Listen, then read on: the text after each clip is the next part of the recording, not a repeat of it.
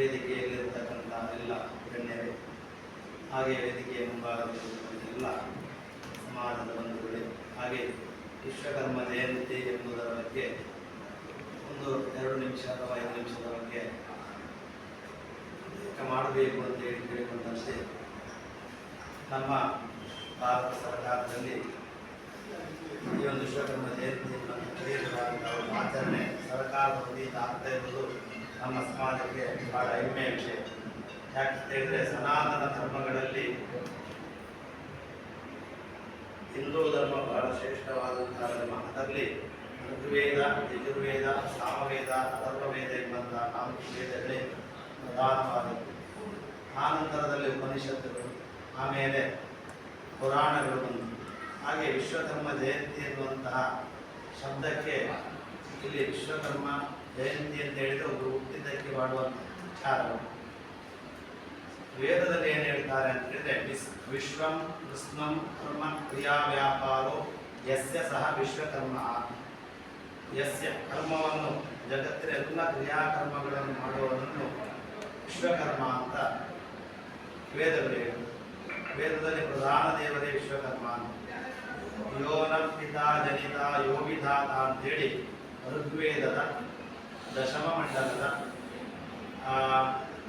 8ನೇ ಸೂಕ್ತದಲ್ಲಿ ಆ ಒಂದು ವಿಶೇಷವಾದಂತಹ ಮಂತ್ರ ಬರ್ತದೆ.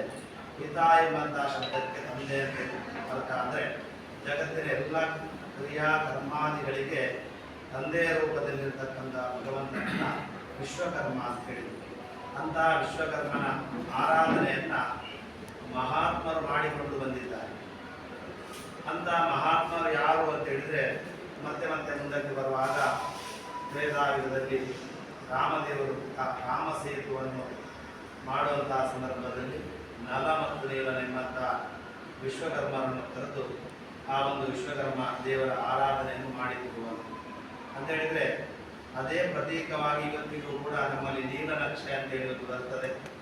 ಒಂದು ಮನೆ ಕಟ್ಟುವ ಆ ನೀಲ ಎಂಬಂಥ ವಿಶ್ವಕರ್ಮನ ಹೆಸರು ಇವತ್ತಿಗೂ ಉಳಿದಿದೆ. ಹಾಗೆ ಕೃಷ್ಣನು ಕೂಡ ದ್ವಾಪರ ಯುಗದಲ್ಲಿ ದ್ವಾರಕೆಯನ್ನು ನಿರ್ಮಾಣ ಮಾಡಿದಂತಹ ಸಂದರ್ಭದಲ್ಲಿ ಆ ದ್ವಾರಕೆಯನ್ನು ಸ್ವೀಕಾರ ಮಾಡಲಿಕ್ಕೆ ದ್ವಾರಕೆಯನ್ನು ಸ್ವೀಕಾರ ಮಾಡುವಂಥ ಹೊತ್ತಿನಲ್ಲಿ ವಿಶ್ವಕರ್ಮ ಪೂಜೆಯನ್ನು ಮಾಡಿಕೊಂಡು ಆ ವಿಶ್ವಕರ್ಮ ಅನುಗ್ರಹವನ್ನು ಪಡೆದುಕೊಳ್ತಾನೆ. ಆಮೇಲೆ ದೇವೇಂದ್ರನಿಗೆ ಬ್ರಹ್ಮಹತ್ಯಾ ದೋಷ ಬರ್ತದೆ. ಆ ಹೊತ್ತಿನಲ್ಲಿಯೂ ಕೂಡ ದೋಷ ನಿವೃತ್ತಿಗಾಗಿ ಆ ದೇವೇಂದ್ರ ಬ್ರಹ್ಮಹತ್ಯಾ ದೋಷ ನಿವೃತ್ತಿಗಾಗಿ ವಿಶ್ವಕರ್ಮ ದೇವರನ್ನು ಪೂಜೆ ಮಾಡಿದ್ದಾರೆ. ಆ ಅಂಜನಾದೇವಿಯ ಗರ್ಭದಲ್ಲಿ ಆಂಜನೇಯ ಇರುವಂತಹ ಹೊತ್ತಿನಲ್ಲಿ ಆ ಆಂಜನೇಯನಿಗೆ ಕೆಲವೊಂದು ಬೇಡಿಕೆಗಳಿತ್ತು. ನನಗೆ ಹುಟ್ಟುವಾಗಲೇ ಯಜ್ಞೋಪವೀತ ಕಮಂಡಲು ಇತ್ಯಾದಿಗಳು ಇದ್ದರೆ ನಾನು ಹೊರಗೆ ಬರ್ತೇನೆ ಅಂತ.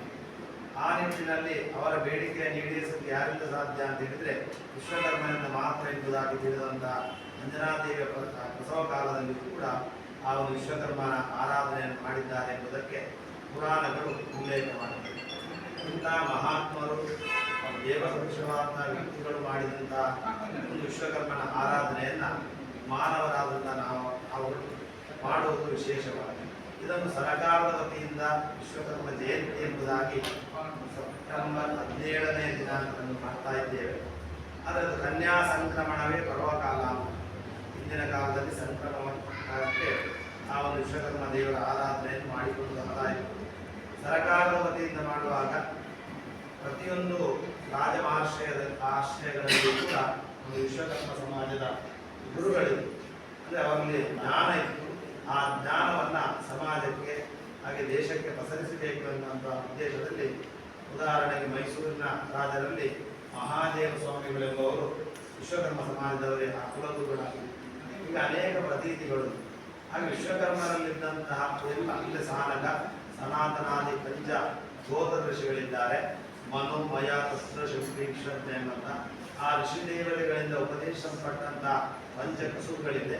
ಅದರಲ್ಲಿ ಅತಿ ನೈಪುಣ್ಯವನ್ನು ಹೊಂದಿದಂತಹ ವಿಶ್ವಕರ್ಮರು ಸಮಾಜಮುಖಿಯಾಗಿ ಎಲ್ಲ ಕೆಲಸಗಳನ್ನು ಮಾಡುವುದರ ಮೂಲಕ ಈ ದೇಶದ ಅಭಿವೃದ್ಧಿಯೋ ಅಥವಾ ನಮ್ಮ ದೇಶವು ಉತ್ತಮವಾದ ಅಭಿವೃದ್ಧಿಯನ್ನು ಹೊಂದಬಹುದು.